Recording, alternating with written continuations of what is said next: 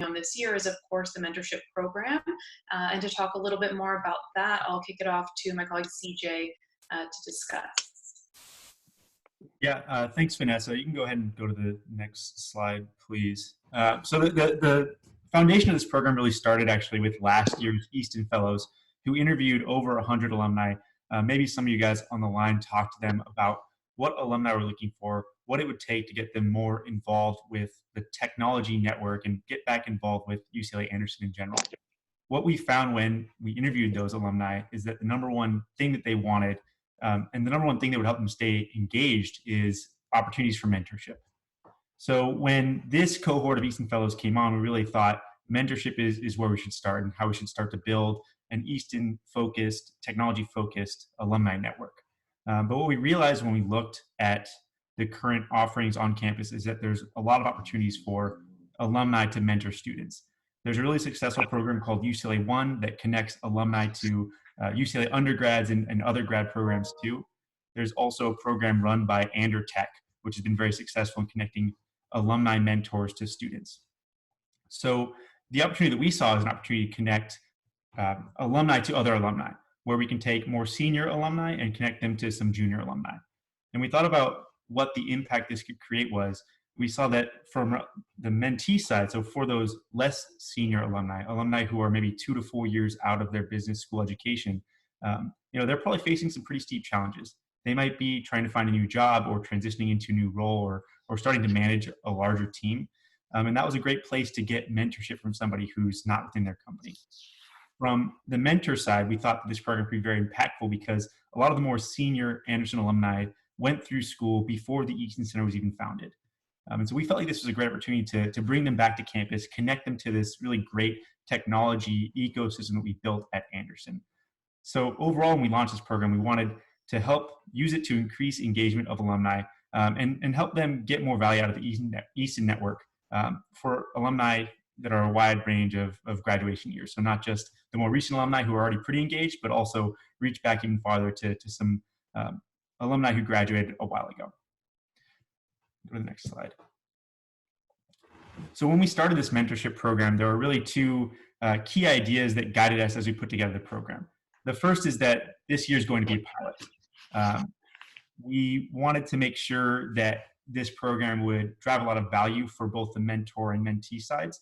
And so we felt like starting small, making sure that we could have like a practice run basically, and then follow up with those people. It would allow us to get some really great learnings that should allow us to build a really strong program next year. The second piece that we wanted is to make sure we had really, really high quality matches. So we didn't want a mentorship program where we connected a mentor and a mentee and they talked once and then didn't really get a lot of value out of it and didn't come back. We wanted one where both the mentor and the mentee were committed to it. Both the mentor and the mentee got value out of the connection and actually went back and continued to talk to each other.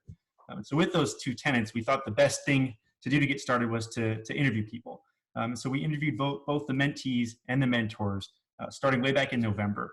And we wanted to make sure that the mentees had some goals in mind, had some questions that they wanted to get from their mentors. And on the mentor side, we wanted to make sure that they were interested and they would be very committed to this program. And so we started with hundreds of participants on both sides, and we've narrowed that down now to about 15 pairings. So I think about half of the pairings are on the line tonight, which is excellent. And hopefully you guys have already talked to your mentor and your mentee. And if not, consider this kickoff webinar your invitation to start talking to each other. The hope is that you guys will continue to be connected and talk a few more times through June.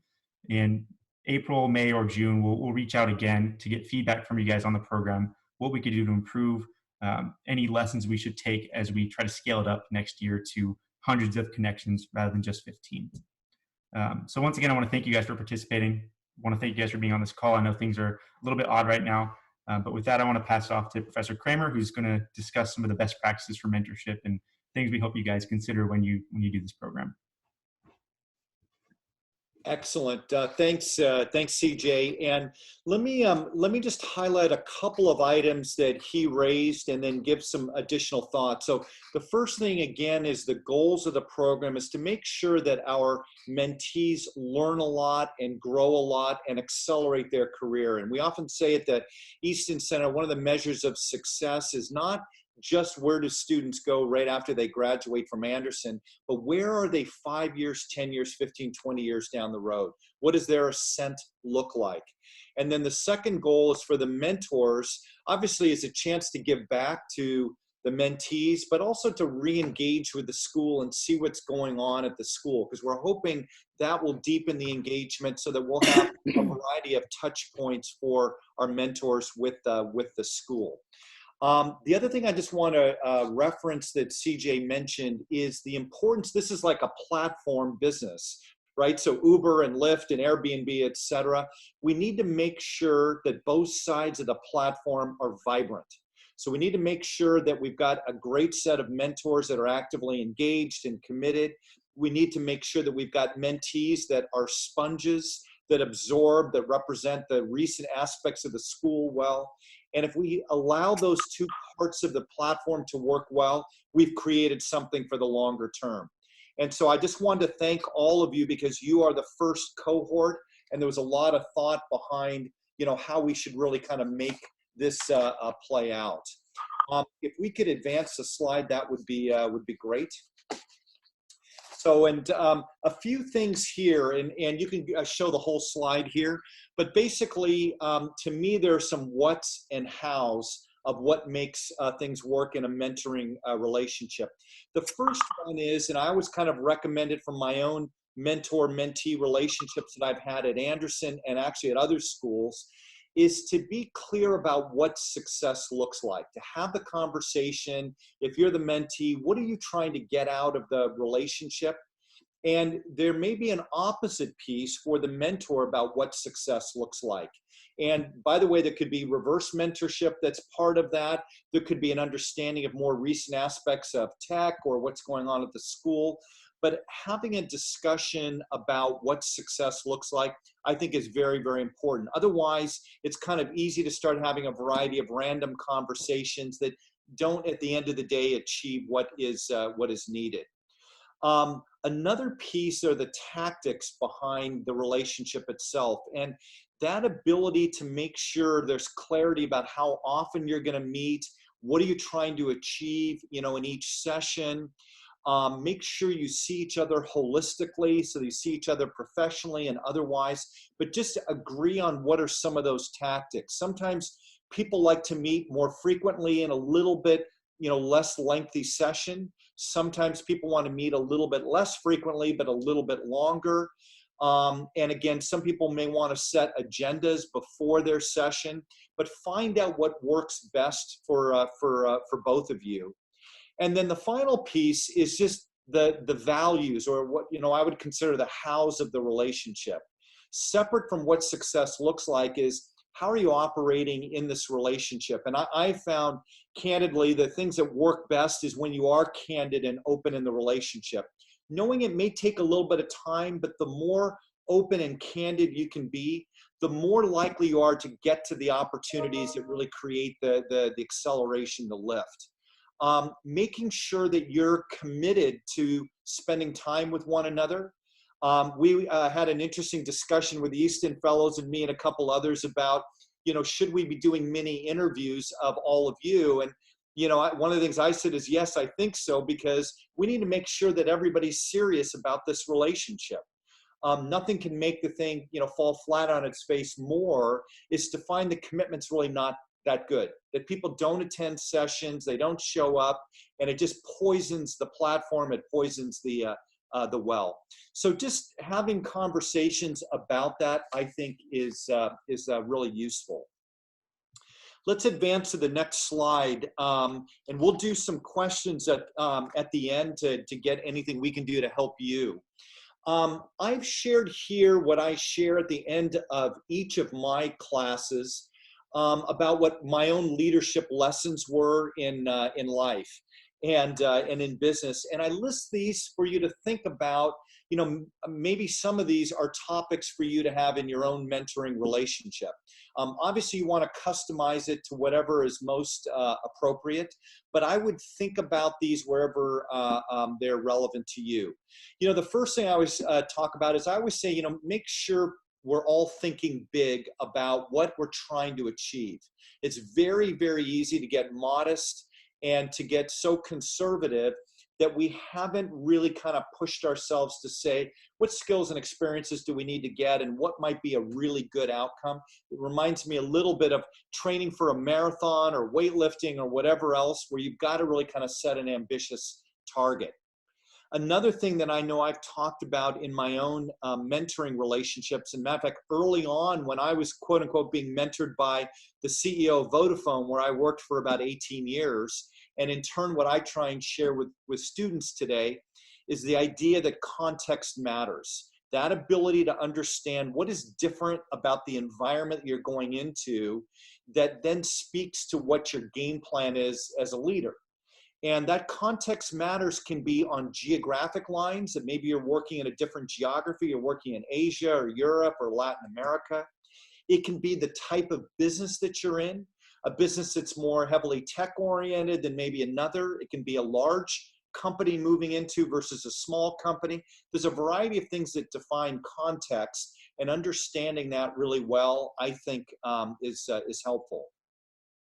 A third area is, what does success look like from a business level? So not just like we've been talking about it with mentoring, but in your role in a company, what does success look like? I always share with my students, I'm always amazed when I get on a board or early in my career in jobs and whatever, I would ask that question, what does success look like for what I'm doing or for what a company's doing? And in half the cases, I wouldn't get really a clear answer back. And I think this is one of those kind of debilitating things that can happen in businesses where people get very, very busy doing stuff, but it isn't necessarily aligned with what really matters inside the company. And so doing that in a mentoring relationship and beyond, I think is a really important thing to be thinking about. The next one is one of the things that I know my students will always either love or groan over, is I am gigantic on what are the so whats. I always found that one of the defining traits of people that were going to get to the top versus not is in the area of clarity of thinking. And can you take lots and lots of data and be able to say, what's the so what behind all of it? Why does that matter? As opposed to just, here's a bunch of data. And I shared with people that the person I work for at Vodafone, Arun Sarin, whenever people would come in and meet with him and they'd have a PowerPoint deck and they would go through all this data and this and that, and he would start asking, what's the so what? There was this very subtle process that went on that if he had to ask it 3 times, that person he would never want to meet with again. Because he basically felt like it was a waste of his time. That person wasn't clear thinking, et cetera, et cetera. Know what the so whats are, I know is a item that I always focus on in my own relationships. The next slide there. Be tech aware. So today, I think more important than ever is staying current about what are the technologies that are out there that are relevant. How are they materializing in terms of products and services? So if you take artificial intelligence, cloud computing, Internet of Things, et cetera, how are those turning into capabilities like diagnostic tools? How are they turning into autonomous vehicles? How are they turning into new forms of media, et cetera, and what ways are you staying aware of changing technology? This is an area that I find that literally in a few months' time after you depart a job and environment, you can get dated very, very rapidly. And what are the ways in which you can stay current? And again, I think in a mentoring relationship, sharing your ideas about how you see what's going on in technology, what's relevant, where might it be going, I think is really interesting stuff. Another piece is, what are the makings of leadership? So I've always found 3 things that I continue to kind of go back on that I think are the 3 foundational elements. One is strategic leadership, is can you guide an organization and be right more than you're wrong about the recommended direction? Can you look at the environment around you, have a view about it, and say, based on all this, I would invest in this area, I would launch this product or service, I would exit this, et cetera, et cetera. Can you be good at that? Another area of leadership is operational leadership. I found actually as soon as I got out of business school, operational leadership was the toughest part, because I was viewed as an MBA, and I'd actually worked for a couple years in consulting, which even reinforced it more. And that ability to say it's not just what I do personally and how I think about things and how I communicate, but it's actually, can I lead through other people that matters and turn ideas into actions. And those actions should ultimately generate revenues and cash flow and a bunch of other good things. Third area is people, is that ability to read people, to understand how to get the most out of people, etc. Are you good at those things? And again, a lot of that is something that's kind of learned, I found, over time. And where are you on the journey of being really good at working with people and really getting the most out of them? And the challenging thing I always found with these three leadership elements is they have to operate simultaneously. It isn't like, well, one year I can be good strategically, and the next year I can be good operationally. You have to be good at all these simultaneously. Next one, and it's related to the previous leadership piece, is fundamentally seeing your success through other people.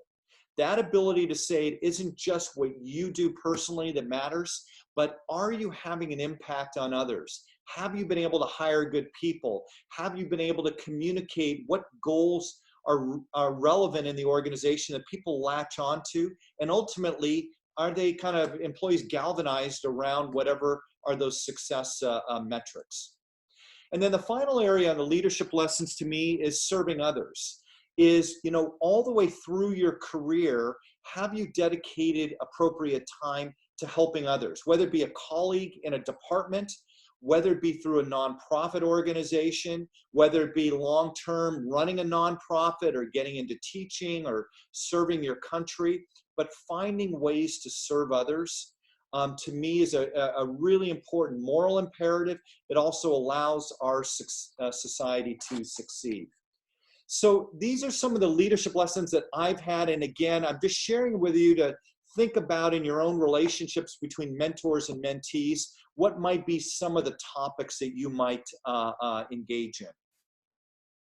Last slide, I just wanted to share and then see what questions you have, is other ways to get involved in the Easton Center. We're in a good place that roughly a third of our students go into traditional tech companies, Google and Amazon and Microsoft, etc. And almost all of them are going into roles where technology is fundamental. And so what are the things that we're trying to do at the center to advance that? You know, we've got a variety of new courses, artificial intelligence course. We have a new product management course. Obviously, we've got classes in media tech and health tech, in the mobile industry, et cetera. We have a new fintech course. We also have a variety of conferences. So Heather, who's on the phone, leads our Easton Center activities, and there's a couple of kind of flagship conferences that we have. We have an Innovate conference that used to be called CES at Anderson, and that's a conference that we hold in January that is everything tech. So tech in the enterprise, tech in a consumer environment, large company, small company, and overriding all of it is what are the leadership imperatives in the tech-driven world. How do you spot areas of innovation opportunities? How do you think about competition and what it takes to win? What do you do on public policy issues as more and more techlash related issues, et cetera? We also going to have a new conference that we're going to do in the fall that's focused on technology and society. So how can technology be used to help society in areas like healthcare, in education, in a variety of areas on the environment, et cetera? And then in turn, what are all the techlash issues, which in the last year have gotten greater and greater? Antitrust issues, data privacy issues, future of work issues, digital divide issues, and a growing concern about the role of technology in our lives. And how do you balance all of that as a leader? So please think about attending one of those conferences. We also have a variety of our events that now in this environment where we've had to go virtual for the spring term, that we're going to be taking a lot of our on-campus activities and moving them to a virtual environment. So we're going to be we have a May 12th event that's focused on an innovation challenge. We had several teams that were cross-campus in nature, engineering school, medical school, business school at Anderson, et cetera, come up with promising areas of innovation. We're going to showcase those and have a broader discussion between me and Tony Bernardo, our dean, about what are the implications for the MBA education. We're going to do that via Zoom as an example. We're likely going to take some of the elements that we had with the reunion weekend in May, and we're going to deliver some panels in the form of a Zoom video conference. And again, to bring kind of content to people wherever they are. So please look out for those and be a part of those. What are the other ways that you can support the center? You know, speak at one of these conferences. If you've got a domain expertise, let us know about it, because we'd love to be able to consider you. And the fact that you're affiliated with Anderson is a special plus. It's aspirational for our students. Share your learnings in one of our classes. I have guest speakers in my classes. I always look for people that have different domain expertise and can speak to the leadership imperative in your own experience. And then the Easton Leadership Association, which is an association of people that make an annual financial commitment to the school and often are also contributing by spending time on campus, become part of a leadership association that allows you to have special access, awareness to a lot of the things going on in the school, and helps us support what we're trying to do at the center in terms of conferences, courses, and a lot of the other items that I mentioned. Please stay up to date on what we're doing with the Easton newsletter. It'll give you a flavor of what we're doing. So that's a little bit about the Easton Center. You've had a chance to hear a little bit about the mentoring program and how that is a flagship program for our Easton Fellows, a bit about what we're hoping to achieve out of that program. And now, most importantly, let's turn it over to you guys for questions you have of any type. And if you make sure unmute yourself, that would be terrific.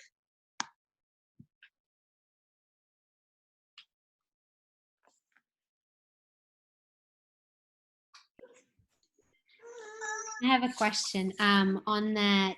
Hi, Professor. Hey, Ella, how are you? Hi, I'm good. How are you? Good, good, very good.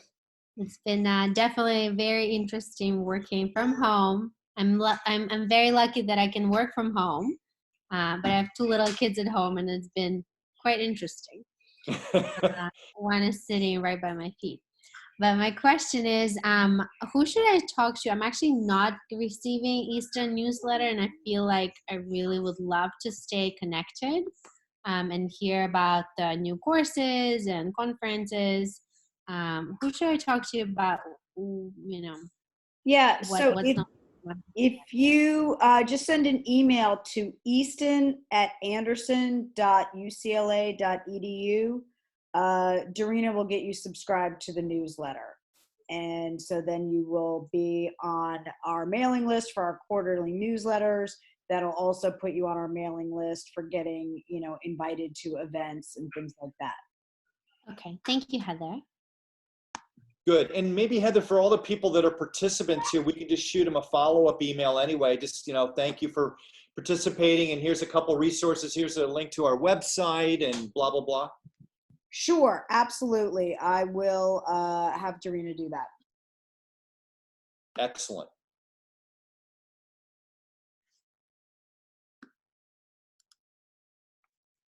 Hi, my name is Brittany Blackmore. Can you hear me? Yeah, sure can. Okay, great. First of all, I just wanted to say thank you so much for organizing this, Professor Kramer, and to all of the team. I'm really excited about this mentorship.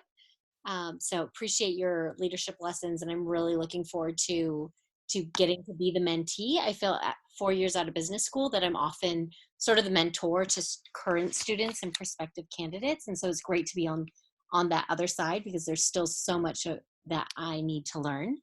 I do have a question. I have not received notification of who my mentor is. Is that something that's happening after this, or do I need to follow up perhaps with Dorina to see who I should be reaching out to? Yeah, Vanessa? Yeah, remind me your name, I'm sorry. Brittany Blackamore. Brittany Blackmore. I'll follow up with, so what we did was every member of the Easton Fellows had a short list of potential mentees that they were meant to match with a mentor. And so some of the potential mentors that we reached out to either didn't respond, or we were still kind of working on some of those connections. So if we haven't matched you yet, we will be doing that shortly, but I'll check on the list of who is supposed to be matching you and make sure that we get on that quickly. Great. Thank you so much. I appreciate that. Sorry about that. Thanks, Brittany. Hi, this is Sienna Babb, class of 2011. Professor Kramer, I think I missed you. I think you started in 2013. I did. You got that exactly right. Oh, it's a bummer. It just reminds me of my age. So I wanted to ask you, I'm a mentor. I wanted to ask, are you guys planning on having any specific things that mentors need to turn in? Like, let's see. I've been in other mentor programs where mentors turn in like anything from OKRs or like KPIs with the companies or people that they're mentoring, any sort of like check-ins that tracks just general conversation and participation, but like also some of your ties into your success metrics. Yeah, Vanessa? So far, what we were planning on kind of running through our surveys was really getting a satisfaction score from either side, getting those recommendations. So we were going to measure success through the satisfaction through these surveys, as well as what percentage of repeat mentorship and even mentees that maybe they want to come back and mentor, or if we get another mentor. So what kind of repeat, I don't want to say repeat business, but the folks that are coming back to continue to be part of the program. So we're going to measure on both of those, and of course, since this is our first time kind of leading a mentorship program of this nature, any recommendations that you all may have as to one, how to improve, of course, but what kind of things you're looking to gain out of it and how we can measure that is always beneficial. But the two main things that we were going to look for was just the initial satisfaction that's reported, as well as kind of the continuation of folks joining the different cohorts. Got it. You might want to think about doing like an onboarding survey for mentees to get a baseline of where they're at with respect to their, I don't know, satisfaction is not the right word, but kind of where they're at with their journey, and then measure that against the off-ramp survey. Yeah, that's a great idea. I'm going to take some notes here. I like that. I like that. And the other thing, just wish list is your feedback after whatever period we decide, 6 months or a year. What's working well? What could be improved? Since again, you're the kind of beginning group here. That would be really helpful for us. And as Vanessa said, I think ultimately is if we have people that want to continue in it, we're going to trust that that's a pretty good measure that the productivity of the relationship was good, that there was an agreement between people about what they're trying to get out of it, et cetera.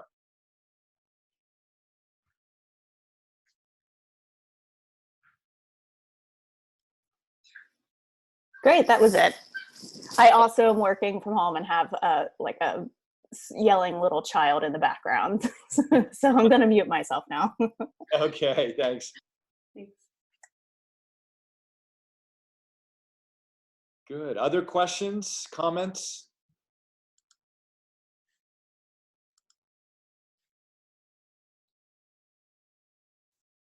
If you were all my students, by the way, I would start cold calling about now, but I think I might scare away some of the mentors and mentees if I do that. So I won't plan to do that. Vanessa's groaning there. I won't do it. Don't worry. I remember being in that position, Professor Kramer. This is Rob Gibson here. I just wanted to say, if there's no more questions, thanks to the Easton Fellows for organizing this. This is a great program, and I'm looking forward to participating. Excellent, excellent. Thank They've you. done a great job on this. They've really thought through what needs to get done, and importantly, how do you go do it? And now, obviously, we're in the launch mode. So they've done a terrific job on this.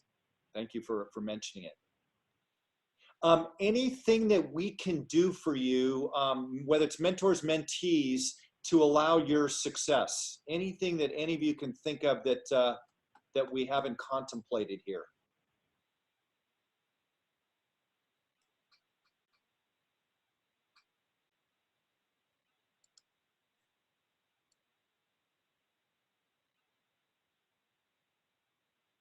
We will take that as silence is golden. Is that a fair interpretation here? Good, good. We love that. And then Vanessa, do we have anything scheduled in terms of an interim kind of check-in? How's everything going? We were wanting to send something out. We were thinking more end of April to give everybody kind of a month or so to meet and all of that. Of course, we were planning to have a session during the alumni weekend, which has been postponed. So still kind of thinking about how we can have a different touch point, you know, in lieu of that. So we'll be in communication with more, but we'll do a midpoint check-in, share some resources with you all. We'll share the deck as well, which has a little bit at the end of kind of questions and how to prepare for meetings with your mentee and mentor. But we'll be in touch with everyone to make sure everything's kind of on track. And then of course, at the end, we'll also do kind of a measuring success type of survey. So that's kind of what we have planned for now, as everything kind of changes each day. But also wanted to say a huge thank you to all the participants. We really are grateful for your continued engagement and hope that you have take a lot of value out of these relationships, both for the mentees and mentors. If you need anything, please reach out to me or any of the Easton Fellows that you may have been in communication with previously. And we're really excited to see the success of each of your pairings. Thank you, Vanessa. Professor Kramer, this is Deepak here. Maybe quick comment, I'll say, I actually had the opportunity to discuss with, so that this is my daughter. So you can all say hi. How you doing? New world we live in with work from home. But I had a great opportunity to meet with on the phone with Rob. He's on the call, you know, as the mentor and mentee, and I think I'm excited for the program. I think it's hopefully going to be very beneficial to both of us to learn from each other. But I also wanted to express that, you know, I have a lot of experience in product management in the technology sector. I've been doing this for like almost 12 plus years, and I got my first break into product after my MBA from UCLA. So that was kind of a pivotal moment for me to jump into product. So if the Easton Center needs like speaking opportunities, coaching to like a larger group of students about what it means to have a career in product, I'm more than happy to help out. The answer is already yes. So Heather, will you make sure we've got every single vital sign there? So address, home address, everything else, because yes, the answer is we would, because the students have got a huge amount of interest in product management. And we have workshops, we have a course in it. Our panels tend to have a lot of people have product background because a lot of students are wanting to know what does success look like in that area. So the answer is already yes. Absolutely. Yeah, absolutely. So if you could just, you know, shoot us an email, that would be terrific. Okay, at the Easton at Anderson. Yeah, that's perfect. Dorina will get that. Directly, Heather, or to me? Or you can do it to me directly. I'm just heather.felix@anderson.ucla.edu. But if you send it to that general Easton email, we will get it and definitely, you know, put you into our, you know, potential guest speaker, workshop leader, etc. So absolutely. Happy to do that.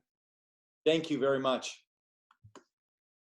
Yeah, and if you guys check in the group chat, some of the fellows have shared some email addresses as well as where you can sign up to get on the mailing list for the Easton Center.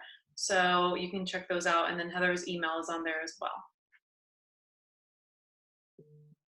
Good. Other thoughts, ideas, requests?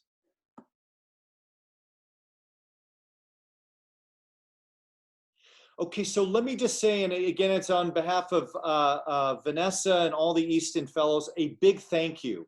You know, obviously the construct of the program has been a lot of work going into that, and I want to thank the Easton Fellows. And now the kind of ultimate piece is does the program add value? Does it add value to the mentees? Does it add value to the mentors? Is there a connection with the school that wasn't existing before? Help us make that a success. That will really enable us to have achieved what these Easton Fellows have put forward. So a big thank you ahead of time. If there's anything that I can do for you, Vanessa, the Fellows, Heather, Felix, any of us, please let us know. Have a great evening, you guys. Thank you, guys. Bye, everyone. Stay healthy, stay safe. Thank you. Thank Thanks a you. lot. Take care. See ya.